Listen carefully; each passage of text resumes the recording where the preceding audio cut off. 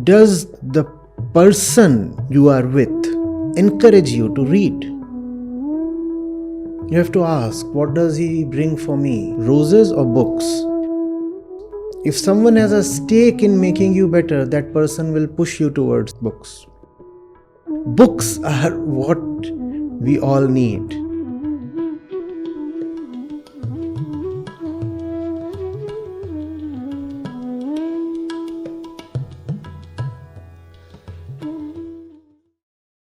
So we have a very interesting question from Khushbu. So since you're very knowledgeable on ancient scriptures, ancient Hindu scriptures, so her question pertains to that. Should we let ancient scriptures influence our dietary choices, especially when they were created in a different era and the circumstances today are very different? See, where I come from. And if you say I have read scriptures, I come from the scriptures maybe. Not every book that is being today called a scripture is worth being called a scripture. We have ancient books, wonderful books, valuable books. But they cannot be called as scriptures. A scripture is a book that tells you about yourself. A scripture has to deal essentially with self-knowledge. A book that talks of dietary choices cannot be called a scripture. A person who talks of the kind of things you must eat to enhance your health and such things cannot be called a guru. Shastra is what deals with self-knowledge. Guru is one who encourages self-knowledge in you. This food and all is miscellaneous business. So this is for those who quote so-called scriptures in favor of meat or milk. So you will have Bakrid and people will say, it is coming from our scripture. And then Hindus will say, it is coming from our Puranas. And Christians will say, that the turkey is a part of our tradition. And all that is just nonsense. Those are not scriptures at all. Scripture is self-knowledge. Who am I and what am I supposed to do with this so-called life? That's what constitutes a scripture. Nothing else. So who am I? I am a conscious entity. What am I supposed to do in life? I am supposed to elevate consciousness, respect consciousness, love consciousness. And the moment you see that this is what scripture says, veganism just smoothly follows. Veganism is the logical result of scriptural knowledge. If someone says, I'm well versed in scripture and is still not a vegan, the fellow knows no scripture. And if somebody quotes scripture against veganism, that's a dangerous fellow. So in the Hindu path, it's Vedanta. And Vedanta alone that deserves to be called a scripture. And that's what deals with who you are and what your relationship with the world therefore is. It's a system of inquiry. It's not a system of commandments or belief. There is no belief there. There is no morality there. You're not being enjoined to do something. You are not being allowed or disallowed from something. You are being encouraged to ask a few fundamental questions. That's Vedanta. And all those questions pertain to who you are. Therefore, if you have really gone into Vedanta, if self-knowledge is something you have seen as centrally important, you will naturally drop all kinds of violent behavior, because your core itself will no more remain violent. Vedanta addresses who you are within. And if you do not know who you are violent. Violence is nothing but ignorance. Lack of self-knowledge is violence. Once you know who you are, you cannot remain violent. So that's what. In vegan circles, it is quite common, I find this attitude. They abhor religion. They feel that religion is an enemy.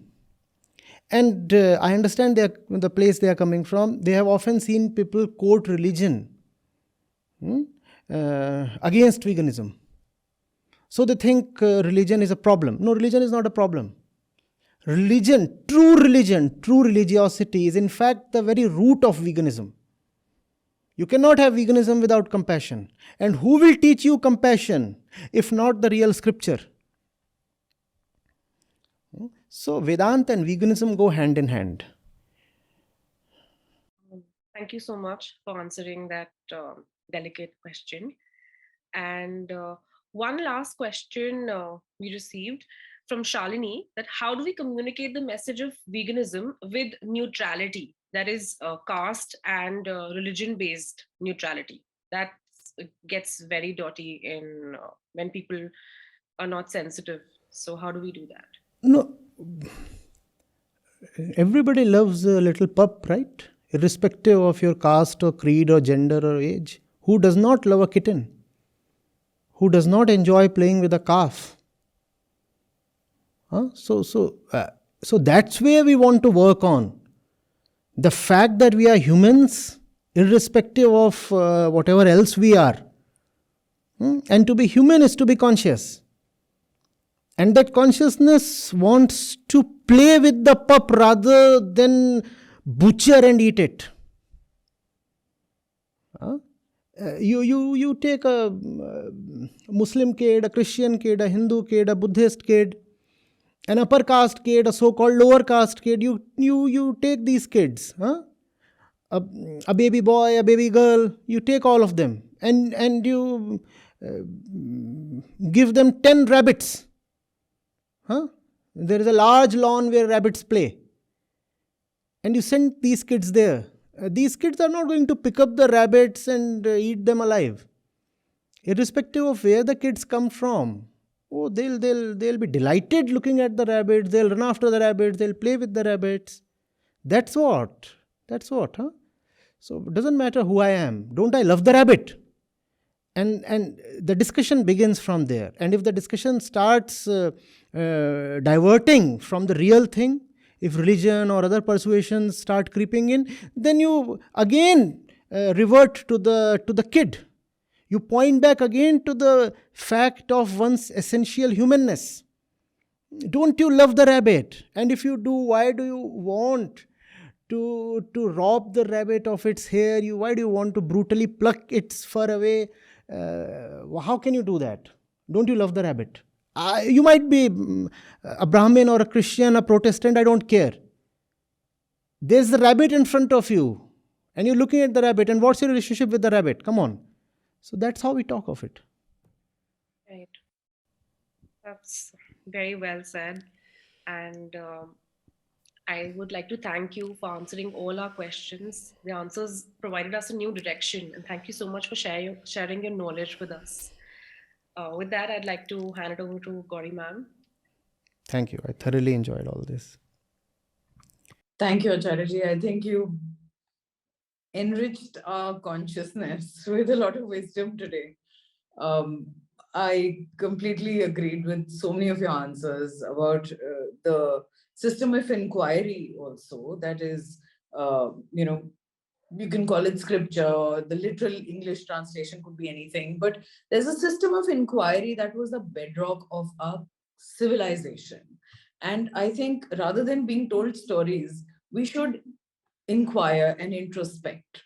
And each one can have their own little religions, but we will know ourselves so much better. And we'll be so much better connected with each other and with all other forms of consciousness that are around us. And that, I think, is more important than any, group of people who call themselves anything. But ourselves connected with the whole world. That's probably so important, and that's the spirit of, that's the ethics of veganism that I see. Wonderful. Very well put. So thank you so much. We are totally enriched today, and we will look forward to many more sessions with you like this. And I'm sure I speak on behalf. I'll be glad. And in fact, I thank the entire team to make it an enriching evening for me as well. And I just hope I was not too boring or too heavy or something. I enjoyed it, and I hope all of us did. Totally. In fact, there was so many things that are kind of conflicting within us, and we don't find the courage to, articulate them so well. But I think our battle of compassion requires courage, and to actually speak our minds. And it's great that we have somebody like you doing that as a mission. We are partners in the. Thank you, Gauriji. You are an inspirational figure, believe me. And I really wish you all the best and all the courage and all the success, really, from my heart. And may your team do well and prosper. Thank you. Thank you.